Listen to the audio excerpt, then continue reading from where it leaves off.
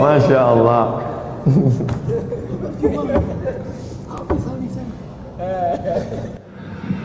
Istri ini sudah berjuang habis-habisan. Handphone dia lihat punya suaminya, kemana-mana dia kawal suaminya. Ternyata nikah juga. Itu takdir bukan, Ustaz?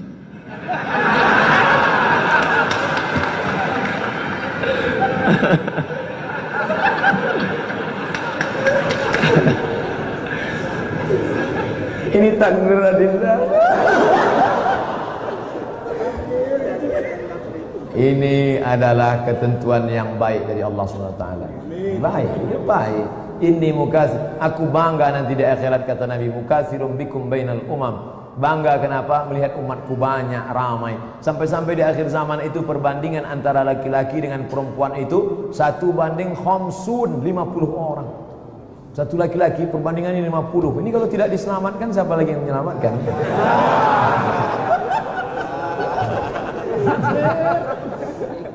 Rufi'atil aqlam.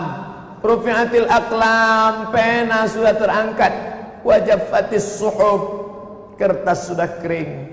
Allah memerintahkan pena, nun wal qalami wa ma yasqurun. Demi pena yang menuliskan apa yang dia tulis. Nulisnya di mana? Di papan yang terjaga. Lauh papan, mahfuz papan yang terjaga. Ya qalam, wahai pena, uktub, tulis. Wahai pena, tulis. Lalu pena pun menulis takdir. Qabla an yakhluqas samawati wal ard, sebelum langit diciptakan, bumi diciptakan. Beriman kepada takdir membangkitkan keberanian. Beriman kepada takdir menghilangkan putus asa. Beriman kepada takdir bukan membuat orang menjadi apatis. Beriman kepada takdir bukan orang berpangku tangan. Beriman kepada takdir bukan membuat orang menjadi malas.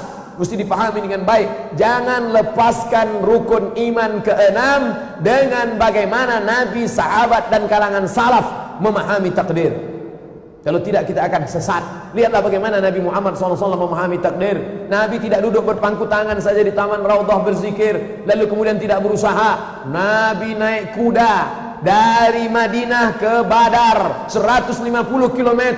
Saat itu umur Nabi berapa? Umur Nabi 55 tahun. Naik kuda dari Madinah ke Badar. Hari Jumat 17 Ramadan, perang Badar meledak terjadi dan menang. Artinya apa? Ada usaha, ada ikhtiar. Beriman kepada takdir bukan membuat orang berpangku tangan. Beriman kepada takdir bukan membuat orang bermalas-malasan. Maka ini perlu dijelaskan. Kalimat yang diucapkan Nabi kepada Sayyidina Abdullah bin Abbas radhiyallahu anhuma untuk menunjukkan kau mesti berani menghadapi kenyataan. Jangan takut, jangan cemas. Ketika berada di dalam penjara, datang perasaan sedih, takut. Tapi kemudian datang ilham membawa, ditulislah di atas pena. Akhirnya muncullah kitab berjudul La Tahzan, Ain Al-Qarni. La Tahzan, don't be sad, jangan sedih. Sedih itu di mana letaknya? Masa lalu. Takut itu di mana? Masa depan. Dua yang menghantui manusia. Sedih terhadap masa lalu, takut terhadap masa depan. Saya takut, Ustaz, nanti nikah dengan siapa? Mau makan apa? Mau kerja apa? Asyaitanu ya'idukumul faqra. Setan selalu membisikkan kefakiran, kurang, takut, ngeri, cemas. Dan dia juga membisikkan sedih. Sedih terhadap masa lalu, sedih. Makanya kita lihat ada orang yang menangis meneteskan air mata. Kamu kenapa nangis? Sedih, Pak Ustaz. Ngenang siapa? Masa lalu. Siapa? Mantan. Masa lalu. Jangan karena terlalu memandang masa lalu sampai menghabiskan energi untuk melanjutkan masa depan. Hidup ini seperti naik sepeda. Bagaimana naik sepeda? Untuk sampai ke tujuan supaya bertahan kita harus terus bergerak. Orang yang naik sepeda tidak bergerak dia akan jatuh, kecuali sepedanya bannya 3. Oleh sebab itu maka kita harus terus bergerak supaya jangan sampai jatuh, menjaga keseimbangan kita, bergerak. Fi kulli harakah barakah. Dalam setiap gerakan ada barokah. Tadi dimulai jam 9.15, sekarang pas jam 10.15. 60 menit kita kaji hadis riwayat Imam At-Tirmidzi. Kata Imam Tirmidzi, hadisun hasan, hadis hasan. Tapi ada kelanjutannya, mirip tapi ada beberapa kalimat. Ihfazillah tajidhu amamak. Mirip dengan yang tadi. Kalau kau jaga hukum Allah, kau dapati dia di hadapanmu. Ta'arraf ilallah firraha.